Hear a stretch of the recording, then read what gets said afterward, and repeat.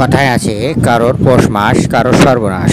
আসলে মূলত বিষয়টা ঘটেছে এখানে। তাই দেখেন, এখানে একজনার ঢাকাগামী মাছের ট্রাক উল্টে গিয়ে কতগুলো মাছ এখানে পড়ে গিয়েছে। আর এই মাছগুলো লুট করার জন্য এলাকাবাসী কীভাবে উঠে পড়ে লেগেছে। এই জন্য বললাম যে কারোর সর্বনাশ কারোর পৌষ মাস।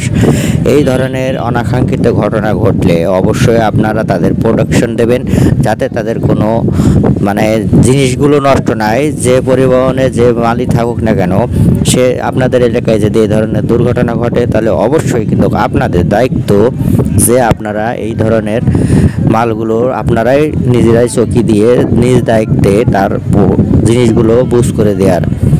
তা না হলে কিন্তু আপনারাও যেখানে কোনো সময় বিপদে পড়েন, সেই বিপদে কিন্তু আপনাদের কেউ সহযোগিতা করবে না। এই জন্য সবাই সহযোগিতা করবেন। আমার ভিডিওগুলো যদি ভালো লাগে তাহলে অবশ্যই শেয়ার করবেন, লাইক করবেন, কমেন্ট করবেন। ভিডিওটা অবশ্যই শেষ পর্যন্ত দেখবেন। সকলকে অসংখ্য ধন্যবাদ সাথে থাকার জন্য।